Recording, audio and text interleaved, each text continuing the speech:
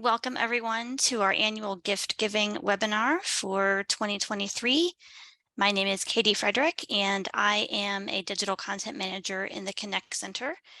My primary area of focus is Vision Aware, which is our platform that focuses on needs of adults, older people, and professionals in the field. And we are pleased to have you here for our annual gift giving webinar event. This is part one of two this year. We're doing two 45-minute segments, kind of breaking it up for folks. So we are going to go around and I'm going to go around and introduce the team, and then we will get started with ideas and sharing our presentation. And we do want to hear from you. So as we are speaking or as you think of things, please do feel free to put these in the chat.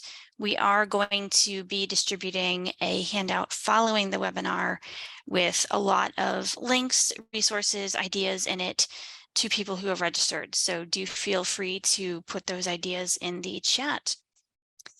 With that, I will hand it over to Melissa to say hello and introduce yourself. Good afternoon. I'm Melissa Matthews. I'm the digital content manager for families. So I typically support families from ages birth to 22. So tonight or this afternoon, we'll be providing all sorts of ideas for helping families and those who are providing gifts for younger family members or neighbors or friends. All right, and Lori? Sharf, and I handle the content on the Connect Center regarding careers and employment and things in those areas. So everything from transition and college and the world of work. Okay, and Lori, you were a little bit hard to hear, so maybe just how you were. Is that better? Off. Yes. Okay.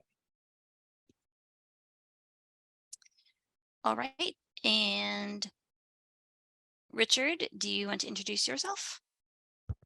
Hi, good afternoon. I'm Richard Redda with the Connect Center, and I help the team and happy to be a part of the webinar. And Lee? Good afternoon, everybody. My name is Lee Huffman, and I am APH Senior Strategist for Access Technology and Community Outreach, and happy to be here.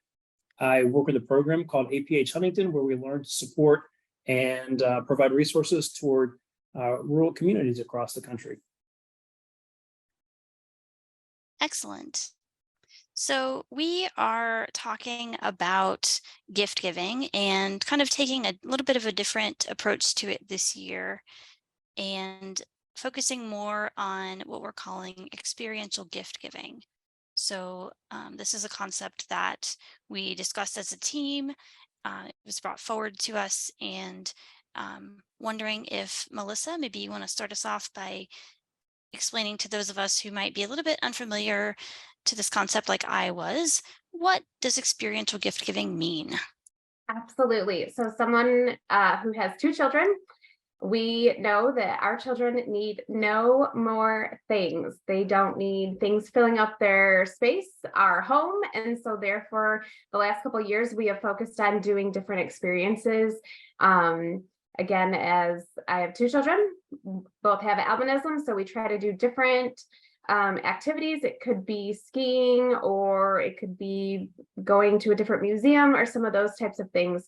So within some of the categories, we're also going to provide for those who really do feel they need to give the gift of something, because I know for my older family members, it's hard for them not to feel like they're not giving something, even though a memory is way more impactful than sometimes the toy or a book that they may outgrow or no longer use, and then it collects dust. So that's kind of the idea of the experiential gift giving. So did I cover that pretty well, Katie? That's awesome. It's a really good idea, and I think something that we can all look at when thinking about giving or receiving gifts this holiday season. So. And you have some maybe gifts for those with children or kids of all ages who might enjoy some of these experiential gifts? Absolutely. So I'm going to share my screen. I have a slide show. Hopefully I can get this up and running. Let's see.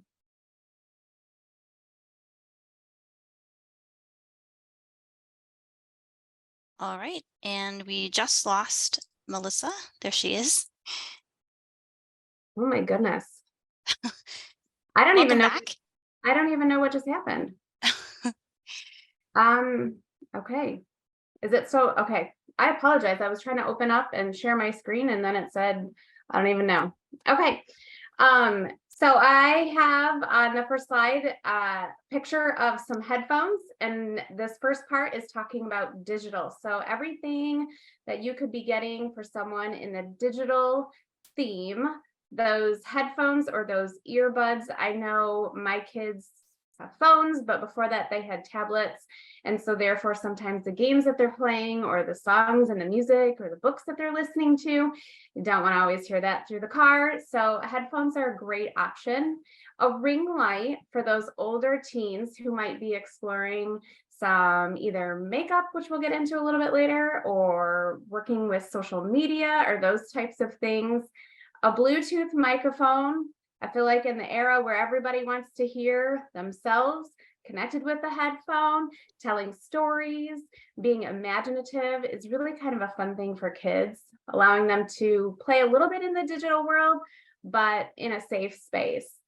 Also, game consoles or accessories. This is a fun one for those young adults and those teens as they're discovering new game accessories, whether it's bedazzled or gemmed Xbox controller for the girls or something else that, I feel like they're always going through Xbox controllers. Also Xbox game passes or gift cards. This one is a fun one, but definitely a little over my head as far as a 3D printer. I know a lot of the middle school students are learning how to print using 3D printers. So I think it's a fun one. They come in lots of different sizes. And then cameras. So I do know that Polaroid cameras, well, that's what I grew up with, have come back. So it's kind of a new fun exploration with camera and learning, taking photos. So some of the experience that kind of go with that digital theme could be learning how to podcast. And what a great way to learn how to podcast if you've got your mic and your headphone. It could be an editing class. Maybe you're the child that you're purchasing for is really good at taking photos, but they're not quite sure how to do the editing or some of the making videos and that type of stuff. Maybe working with a teacher or someone else who's a really good writer and teaching them how to write, or beginning blogging, which could lead to vlogging and all sorts of other platforms to share their stories on. Another fun one is coding or 3D printing camp and photography lessons, as well as digital graphic lessons. In a world where everything is becoming so digital, I think it's fun for kids to learn how to create their own images and their own fun graphics to go along with their stories. The next theme for today is music. So obviously some gift giving items could really be a new instrument. This could also include musical toys, an Alexa Dot or Spotify account for really those kids that really want to engage. I know I've seen some of the younger kids where they are able to kind of DJ or mix music and that sort of stuff. So that's a fun one, some apps for that. Experiences could be concerts, going to a local concert. And the one thing that I will say with experiences, which is always kind of hard, because if you're purchasing something like a concert ticket and it's not coming until a couple months later, you feel like you haven't given them something. So I always typically will put something in a small box that would represent the concert or the activity. So it could be the music from the concert or an image with Braille stating that they're going to be going to the concert in August, just so you again kind of feel like you're giving them something to open. Music lessons, that's always a great one. Maybe they're going to explore a new instrument. It could be a VIP experience with an artist, allowing the opportunity to kind of get the behind the scenes, what goes on. Have someone play your music. This is kind of a cool one. So if you've got a student or a child who's able to write their own music, maybe partnering with a local musician and having them actually play their music would be a really great experience. This one was a really fabulous one a couple years ago, working with a songwriter. I had a songwriter come in with my students, and they were able to go through the process of how to write a song. It was a really fun experience for them, and they enjoyed it. Next, we have fashion. And for fashion, this really is all things fashion head to toe, is kind of how I looked at it. So this could be a new outfit. This could be new makeup, or hair tools or hair products. It could be cologne or perfume. It could be a gift card to spa or Ulta. But my personal favorites are the experiences. So having a store work with you and your child, go through the store and have them kind of be the expert as to what fashion is in, because Lord knows, having a 12-year-old, whatever I think is in, is not in. It could be a makeup lesson. I know that Ulta and a lot of those makeup places within Macy's offers a makeup application class. It could be a hairstyle class, working with a local salon. A spa day at home. This is by far my favorite, where you can get a few things from CVS or Walgreens and come home and have a little pan of water for feet and all sorts of stuff and do a spa day at home. This is probably something my son would absolutely love to do, is to design his own shoe. There's a couple places that you can actually send your designs in. They will make the shoe and they will send it back to you. And lastly, just to wrap things up for families, is the experiences. I know sometimes we can think it's really hard to find, where do we get those connections in the networking? So I just threw out some thoughts, some podcasters. Maybe you have a favorite one that might be local, or somebody who's just starting out, or the high school TV station, a local news station might be able to kind of connect with you and offer some tips. Outschool.com is a great resource for some of the experience classes. So coding beginner, STEM project, public speaking, designing your own video game. Those are all great one-time or even series of classes that you could engage with your child. Photography, reaching out to a local photographer. I know our local Parks and Rec has a lot of classes. Etsy, Converse, and Nike have custom shoes. And so working with one of those companies or somewhere else, you could send your design off and return with some really cool and unique shoes. Sometimes with social media, you may have someone that you're connected or networking with on social media that they have something that you could partner with, and that could be part of a gift. Craft stores like Joanna and Michael's or a local baker would be a great place to kind of, if your child or somebody who wants to sew or make an outfit or learn a specific skill, that'd be kind of fun. Subscription box companies, I have found that a few of them, while they are not going to come in Braille, they are pretty hands-on. And that's the one thing that I did love. So Kiwi Company is a great one. They have a wide range of ages. There's a lot of STEM stuff. There's stuff for even the teenagers. Baketivity and Radish are both for baking and cooking. Ipsy is a makeup, and Create Joy has a ton of subscription boxes. And I think lastly, networking, asking your friends, your neighbors, your coworkers, social media connections, hey, I'm looking to do this for my child or my friend. Who can help me out? All right, Katie, I think I've covered. That was a lot of information in a short amount of time, but I do know, again, as I said earlier, we are going to be putting this out in a handout following the webinar, but do feel free to put any of the links you mentioned in the chat if you wish, Melissa, or if anyone has any other ideas for family gift ideas, put those in the chat as well. Absolutely. Lori, what are your thoughts or the thoughts of those in the career space or anywhere really about experiential gift giving? Experiential gift giving for somebody in the employment setting, you really have to take into consideration, what are the person's likes and interests? And it's not always about focusing on the fact that somebody's blind or low vision, but if it's going to a venue, maybe contacting the venue and speaking to them about the fact that your friend is coming and they are blind or low vision, and they may need more information, for example, about a play, or is there a way to get a play audio described, something like that.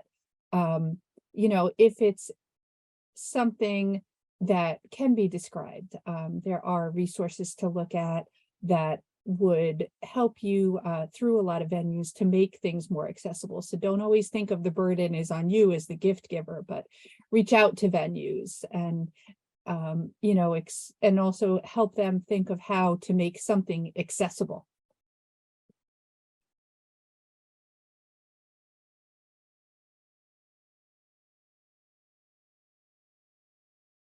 All right. Anything else you want to add, Lori? Not at this point, no. All right.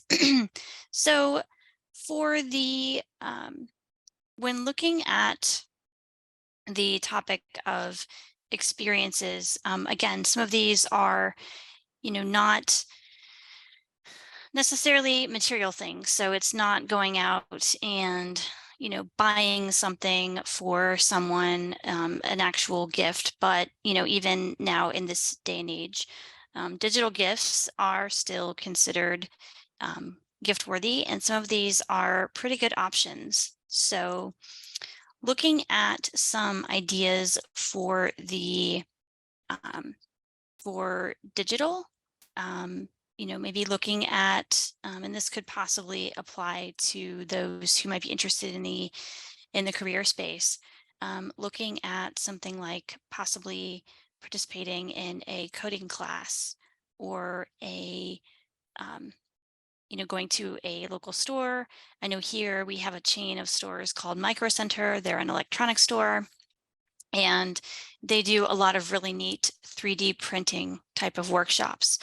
3D printing is also something that's becoming really popular, and it's just a really neat space to explore as well. For digital, also, consider something like maybe getting someone a subscription to one of the streaming services. There are many from which to choose these days, but a couple of the popular ones: Netflix, Hulu, Amazon Prime, Apple TV. And again, for people who are blind or low vision, nearly all of these services have an abundance of content that has audio description and closed captioning enabled. So if you're looking at gifting for that perspective, getting something like that is very easy to do. And it might mean getting the person the technology they need to use these services. But if even if a person has something like an iPhone or an iPad, they can still access many of these services. It isn't necessary to have a bunch of fancy equipment or high-tech things. It's just you can get these services on some simple smart devices. Services like the Amazon Kindle, that offers a subscription as well, or even just gifting someone a book from Kindle, or the Apple Books app. Again, similar content, where you can either buy the book or subscription. Also, audible.com is another popular site that has, again, an abundance of audiobooks and also podcasts. So that may be another option for people who enjoy books. And I don't believe it was mentioned earlier. Melissa, did you mention Bookshare? I don't think you did. I did not. Right. So Bookshare could be another option. For students, they do offer it is free through the Department of Education, but they do offer subscription models if people are not students. So that may be another option to consider in the book space. Again, a lot of options for accessible books these days for people who are blind or low vision. And there are some, really good ways to read them. For example, if you have an Echo device, you can play Audible books and the voice assistant on that Echo device. I don't want to say her name because mine is right here, but the A lady on the Echo device will also read Kindle books. So if you didn't know that, that's something else to keep in mind.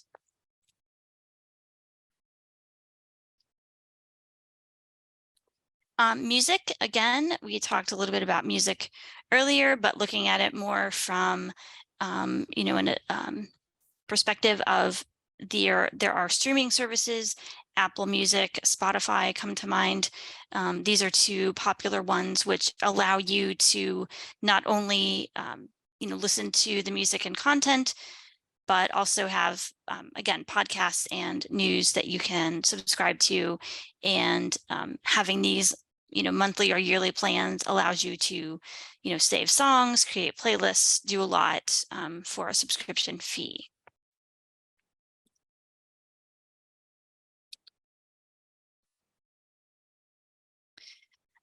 We also talked earlier, and Lori mentioned this a little bit, but thinking of going out to maybe a local community theater for an experience of calling ahead, asking if the performance is going to be audio described. If not, connecting with resources in your community to see if that can happen, and also talking to the producers about a touch tour.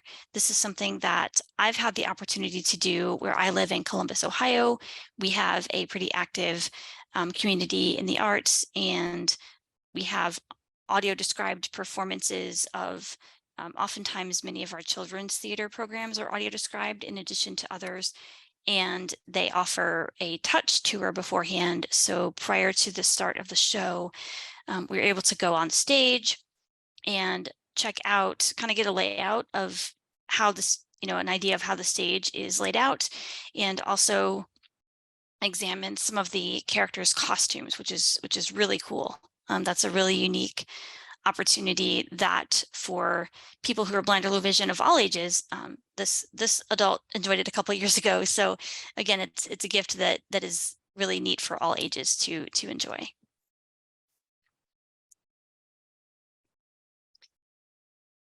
When we think about fashion, this is something that I haven't really, fashion is not a huge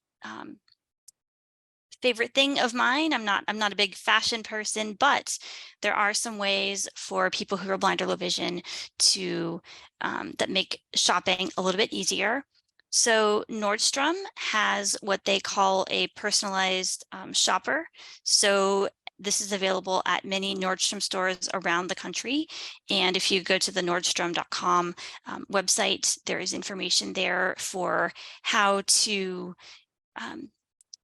obtain a personal shopper, schedule an appointment. You can schedule an appointment online, and you then go to the store. The shopper will meet with you and discuss, what you're looking for, your likes and dislikes. And when you show up for your appointment, they will have items already curated for you and ready to go. This is something that I have personally used, and I found it very helpful.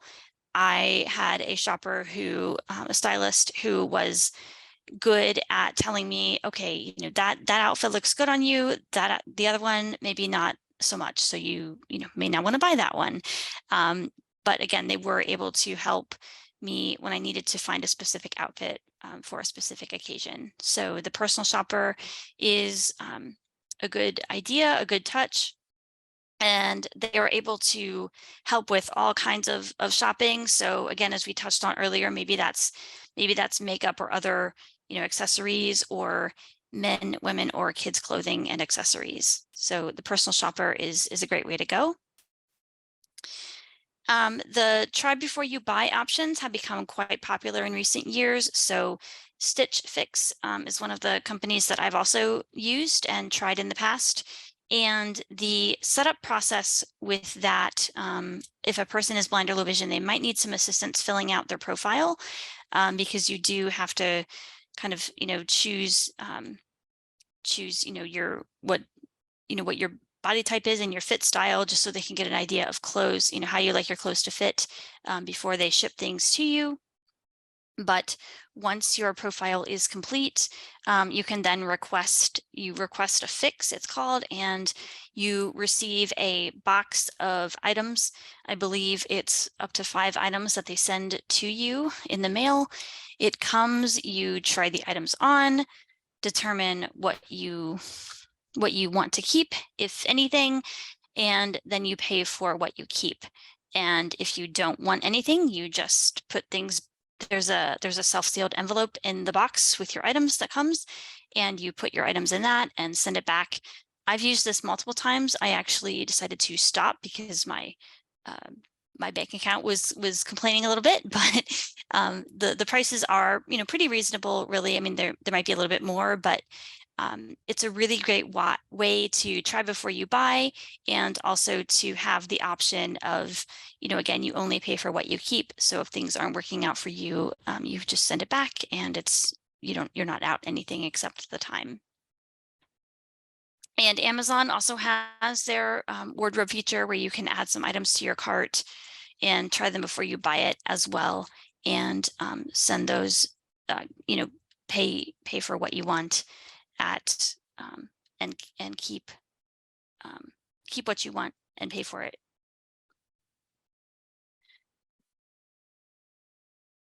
Some other hobby type of ideas include, maybe getting together with a friend and doing something like, going to a cooking class, or, baking together, cooking together, doing a form of art. There are many artists within the blind and low vision community that we have a section on our site, in fact, that talks about, crafting and arts and leisure and activities you can do. So a lot of people do still enjoy painting or pottery, those kind of art forms. Dance lessons, another opportunity to get out there and get moving.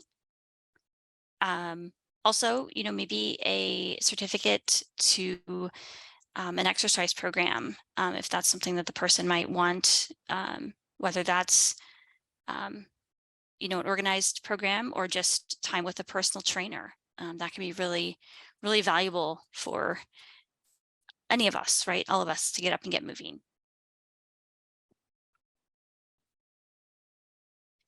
Also, some other things that are good gift ideas for the hobbies like writing, maybe getting a subscription to a magazine or a publication that talks about the person's hobby for a year or so. So there are many magazines out there that offer, subscriptions that really focus on niche issues, whether that's cooking or writing or computers, technology, just a wide range of activities and hobbies that you could buy for someone.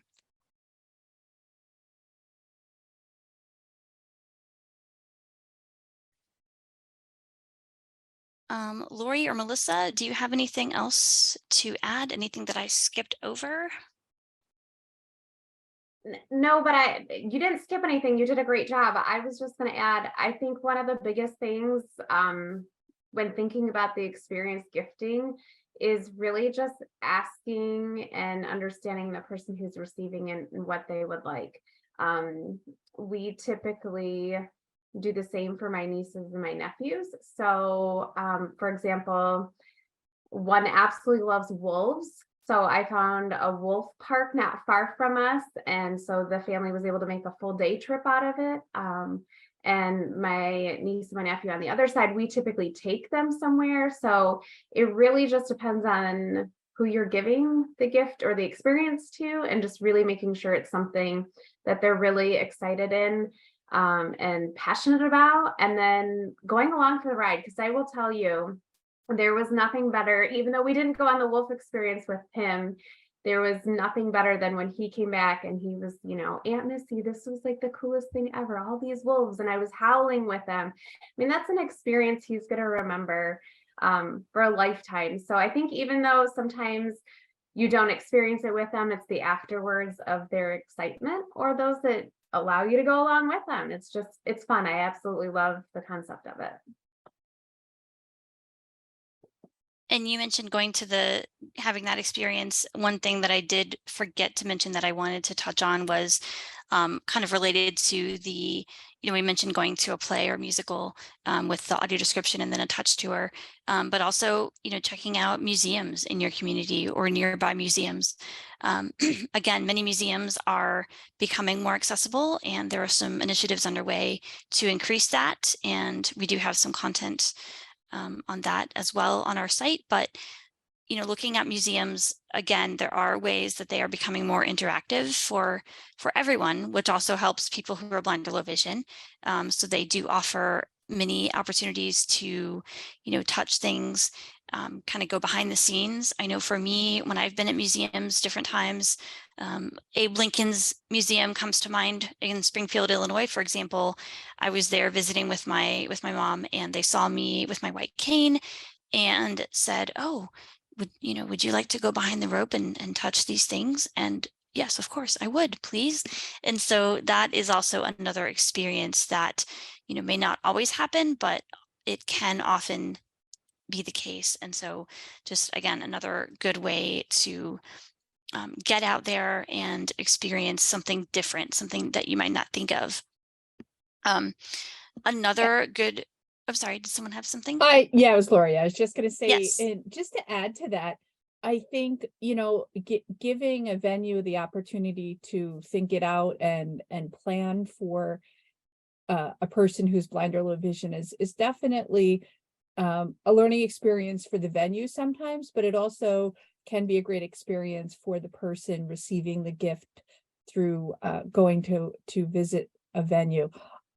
I personally have gone places and, I'll call in advance and say, look, I'm, blind and I'm going to need some assistance and, understanding what's going on. And I went to a museum in New Mexico, and they had somebody who led me and one other person on our personal tour, because everything was behind glass, but he described everything beautifully and really, gave it thought. So something that you may think of as not being accessible can become very accessible, but it may take some planning.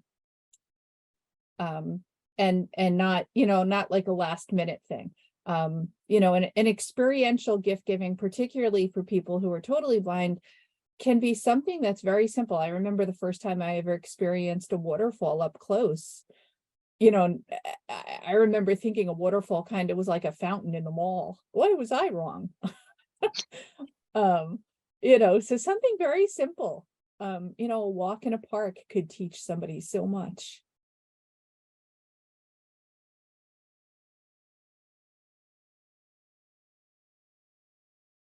Excellent. Yes, those are all really good ideas. And yes, sometimes it does take a little bit of planning, but in the end can be well worth it. And sometimes, we all get more out of it than we expect or anticipate. So also another, resource again in the community is public libraries. They offer many different experiences. Some of those might include, getting to check out assistive technology. Again, this depends on libraries, and check with your local library first. But the local public library in your community can be another good resource for trying different things. Many of them have different classes there that they host.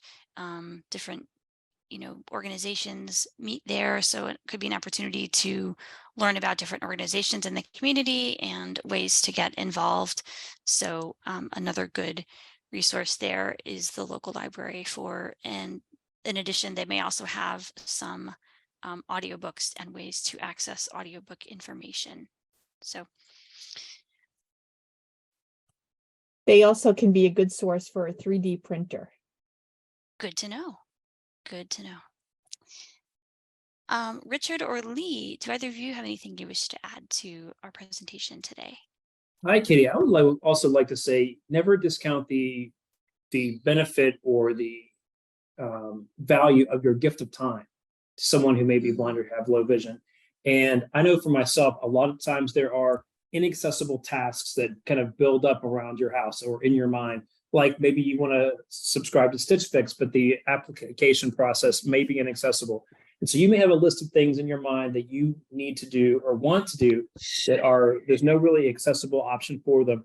And if someone would offer an afternoon where they could come in and assist you with maybe signing up for something or organizing important documents that you have to have, like marriage certificates or birth certificates or things like that, just getting some of those ideas in place to get these things off of your mind or off of your list could be a lot of relaxation, just like visiting a spa. So never discount the value of just donating some of your time to help with some inaccessible tasks. This is Richard, and I want to add to that. I was going to say something similar, and Lee, thank you for mentioning that. On that tone, on that sentiment, I'm thinking if you are the gifter and have access to transportation, getting with someone who doesn't have access to transportation and giving them the experience of running errands and doing a bunch of chores in one day, returning things to the store, picking things up, maybe going out to the country to get a Christmas tree or a pumpkin or something that's not in your transportation footprint is a game changer and would be a huge gift for someone. So there's things like that as well that come to mind. That's a great point, Richard, and Lee as well. Time and transportation are two very good gifts that may not seem like much to you, but for people who are blind or low vision can really have an impact on our ability to sometimes get things done and accomplish tasks that we need to accomplish. Also along the lines of transportation, maybe getting someone a gift card to Uber and or Lyft. Those are both options. And again, for people who need to travel independently or just get from one place to another, that is another great way to accomplish that and use those resources that are available as well. That's an excellent point, Katie. Uber and Lyft gift card, that's excellent. Yes. Yeah. So we have a few minutes left. Any of our audience have anything they wish to share, put in chat? Anything else from our panelists before we wrap up today's presentation?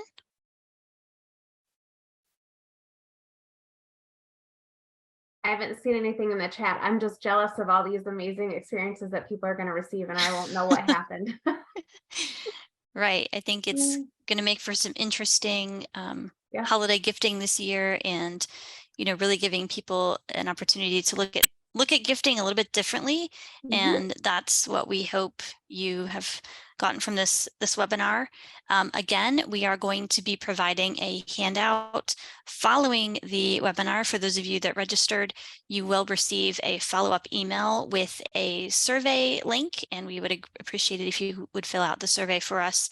That helps us with some of our funding, our grant funding that we receive in the Connect Center, and helps us develop future programming for you, the audience. So if you can fill that out, we greatly appreciate it. And in that email, you will also receive our handout that we're putting together, where we have the things that we talked about today, but we have them in a Word document that's accessible, where you can click on links to get more information and save that for, when you start holiday shopping this week or next week. So that's why we had the webinar this time of year. We know it's coming up on the holidays already. And if you're like me, you're still wondering where the past year has gone, but we are at the holidays once again. And so time to start getting those gift ideas put together in your mind and into action.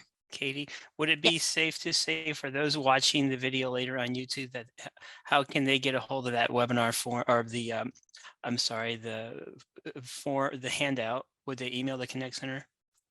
Yes, you can email the Connect Center, connectcenter@aph.org. That is one way to get it. And we will also post a kind of a follow-up blog on the Connect Center website, which is at aphconnectcenter.org, with some of the ideas from the webinar that we have. So stay tuned for that.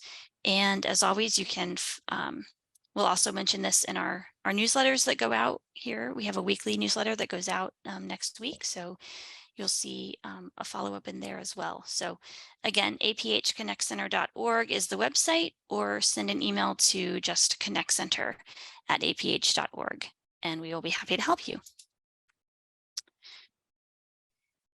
With that, I want to say thank you to my panelists, Melissa, Richard, Lori, Lee. Thank you to our captionists today for providing captions for us. And part 2 is tomorrow evening at 7 p.m. Eastern, where we will talk about some more gift ideas around the topics of sports and technology and more tomorrow. So hope you can join us then. And thank you for coming today. Thank you.